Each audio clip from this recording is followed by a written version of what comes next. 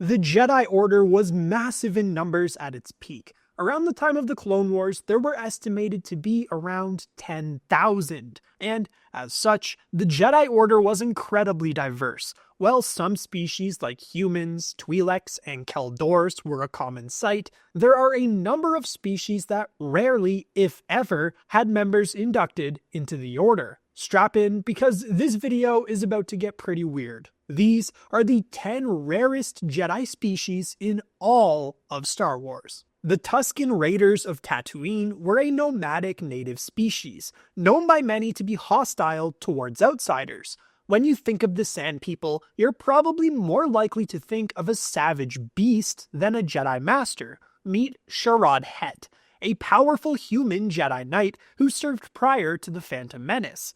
A heroic and legendary figure in the pre-Clone Wars Galactic Republic, he was well known throughout the ranks of the Jedi Order. Het eventually grew weary of his fame, and after a disaster that destroyed his homeworld and killed his family, exiled himself to Tatooine, where he became the warlord of a tribe of Tusken Raiders. There he had a son named Asharad, and continued to lead the Tuskens until the Jedi sent a representative to retrieve him, Ki-Adi-Mundi. During a war between the Tuskens and the Hutts of Tatooine, Aurra Sing killed Sharad Het. Honoring the Jedi's final wish, Ki-Adi-Mundi took his son back to Coruscant as his Padawan. During the Clone Wars, he served the Republic as a general and established himself as a charismatic leader who often led his troops from the front lines, also becoming good friends with a young Anakin Skywalker. Asharad was able to escape the Great Jedi Purge and returned to Tatooine, where he encountered and dueled Obi-Wan Kenobi. Eventually, Asharad would fall to the dark side and became the infamous Sith Lord Darth Krayt, becoming the leader of the One Sith. So we all know that there was a Tusken Raider Jedi, but what about their fellow Tatooine natives, the Jawas? Yes, there was. Akil was a male Jawa who ascended to the rank of Jedi Knight during the Clone Wars. He trained as a Jedi Consular, specializing in studying the great mysteries of the Force. At one point in time, Akil traveled with a Keldor Jedi Guardian named Dibs, the two charged with finding recruits for the Jedi Academy on the planet Almus. There they also debated the threat of a Sith cult known as the Believers. Akil was also known to dislike when others used the common Jawanese word Utini when speaking to him, wrinkling his face whenever it happened. So make sure you drop an Utini in the comments. The Talz were a furry four-eyed primitive species that were native to the frozen planets Alzok 3 and Orto Plutonia. Talz were rarely seen in the galaxy away from these worlds. However, one Talz named Full Mudama was discovered to be Force-sensitive near birth and was taken to the Jedi Temple. He managed to adapt to life at the Jedi Temple, growing strong in the Force and crafting a blue lightsaber on his way to achieving the rank of Jedi Master. Serving as a general within the Grand Army of the Republic during the Clone Wars, Master Mudama was stationed on Coruscant when General Grievous launched a surprise assault on the Republic's capital. At the orders of Yoda, Mudama joined fellow knights Roran Korob, Binku Trilla, and Roth Del Masana in heading to the bunker that was to protect Supreme Chancellor Palpatine. There they met Jedi Masters Shak Ti and Stas Ali, who guarded the entrance. Soon, the Jedi engaged General Grievous and his Magna Guards in combat, and Mudama was slain by the legendary cyborg Jedi Killer, his lightsaber becoming one of many in Grievous's collection. There was only one Kaminoan to ever be inducted into the Jedi Order, and no, it wasn't Yarael Poof from the Phantom Menace. He was a Quirmian, and specifically did not appear in Attack of the Clones to avoid confusion with the Kaminoans. Kina Ha was a Kaminoan who lived for over 3,000 years and had been genetically altered to survive long hyperspace journeys, but unfortunately these missions were never carried out, and she was left without purpose on her highly organized planet. Eventually, a Force sensitivity began to show itself, and Ha fled Kamino in fear of her perfectionist peers. Soon the Kaminoan came under the tutelage of a Jedi Master, traveling the galaxy for a century. That is, until Ha experienced a terrifying vision from the Force, where she saw countless soldiers of the dark side emerging from her home world. Returning to Kamino in a rush, Ha found no unusual presences on the water world, and certainly no dark side army. However, wishing to prevent the vision from coming true, she remained on the planet.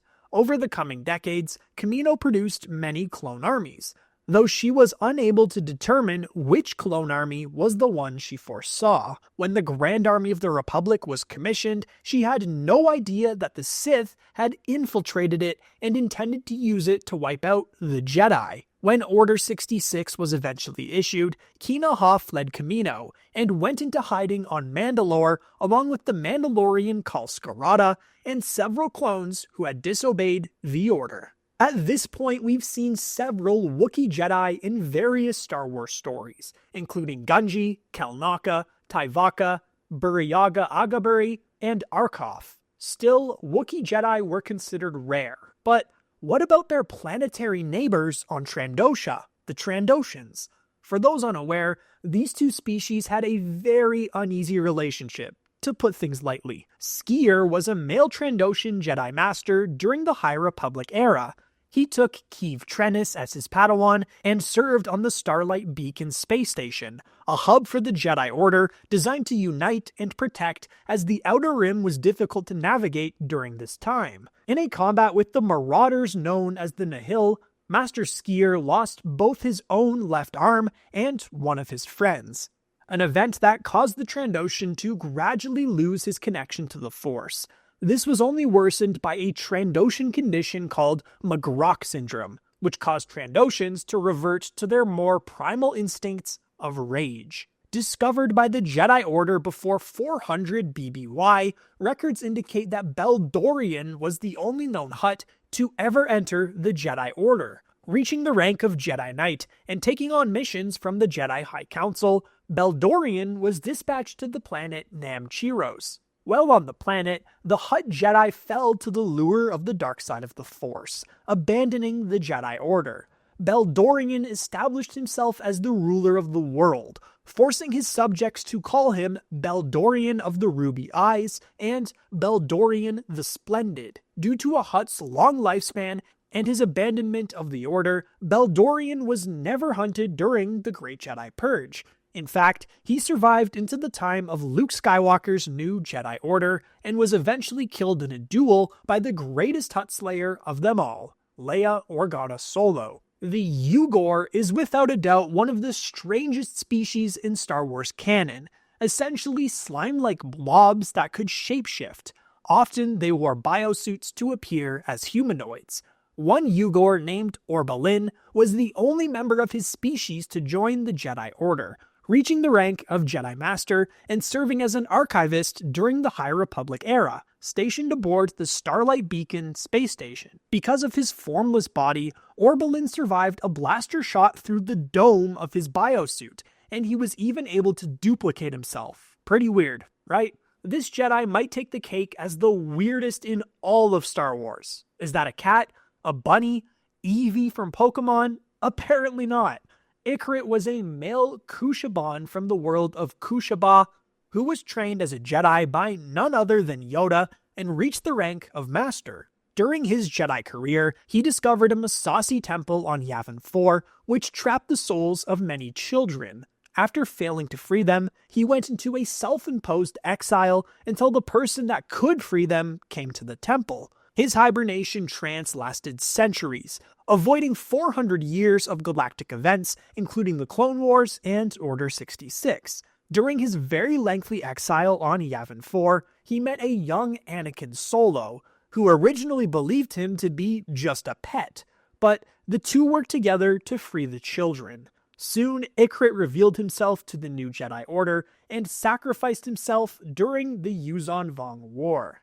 Though most Ewoks lacked the mental capacity to harness and utilize the power of the Force, there was one unnamed Ewok Jedi active after Return of the Jedi. That Ewok Jedi once attacked a group of Sanyasins who tried to enslave a fellow Ewok, wielding a blue-bladed lightsaber and wearing matching Jedi garments. But that's about all we know about his story. due to his only appearance being in the Geonosis and the Outer Rim Worlds role-playing game sourcebook. The Ugnaughts were considered by many to be the hardest working species in the entire galaxy, but there was one Ugnaught known to have joined the Jedi Order, reaching the rank of Master.